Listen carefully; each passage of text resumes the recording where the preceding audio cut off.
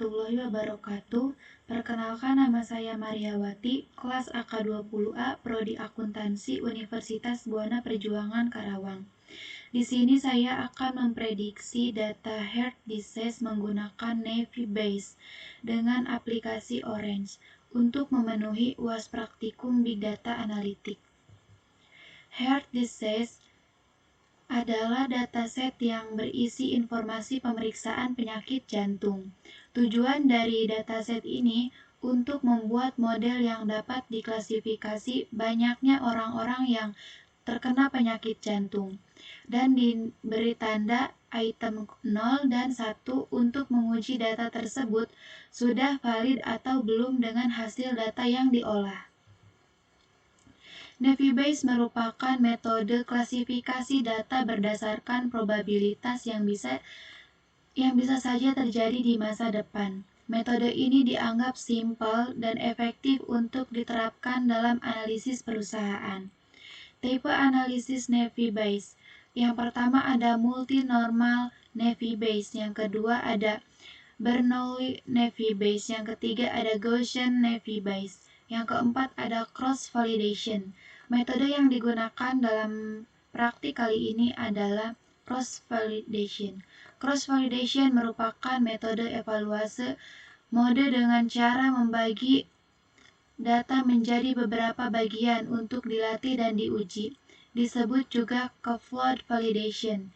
Nilai K menunjukkan beberapa banyak data akan dibagi menjadi bagian kecil untuk mengevaluasi model.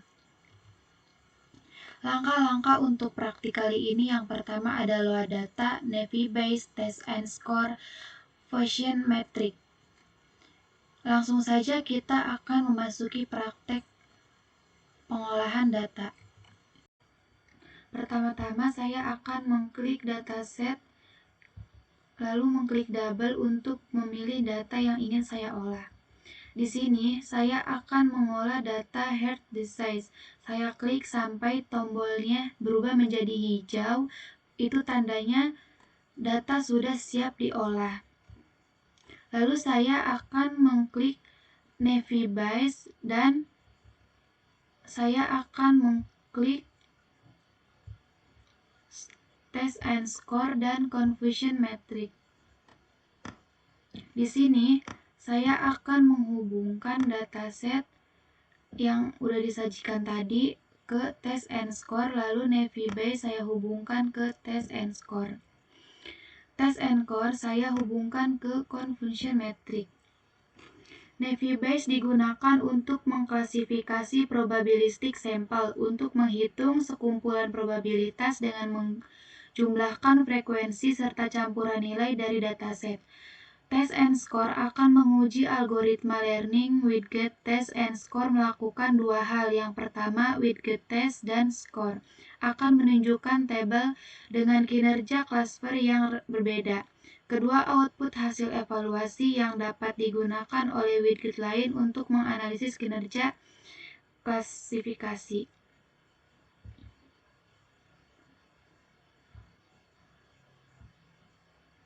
Dapat dilihat hasil dari akurasi pada dataset and score. Model Navy Base memiliki akurasi 0,906 atau 90,6%. Dapat disimpulkan akurasi normal dan cukup tinggi.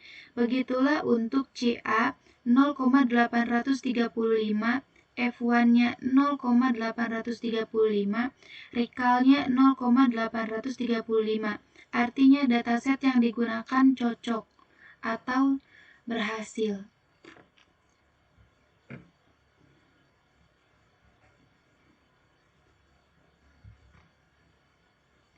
Pada widget Confusion Metric untuk memberikan jumlah proporsi masalah klasifikasi machine learning di mana keluaran dapat berupa dua kelas atau lebih dengan 4 kombinasi, berbeda dari nilai prediksi dan nilai akrual.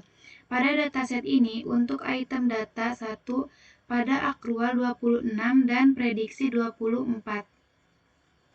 Dan untuk item 0, akrual 140 dan prediksi 113.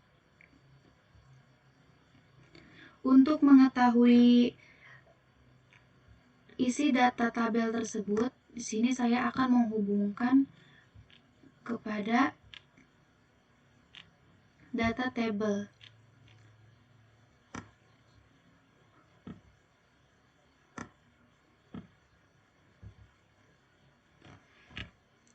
Dataset dapat dilihat pada tabel tersebut untuk mengetahui seberapa banyak orang-orang yang terkena penyakit jantung dan berapa usia dan genre mereka.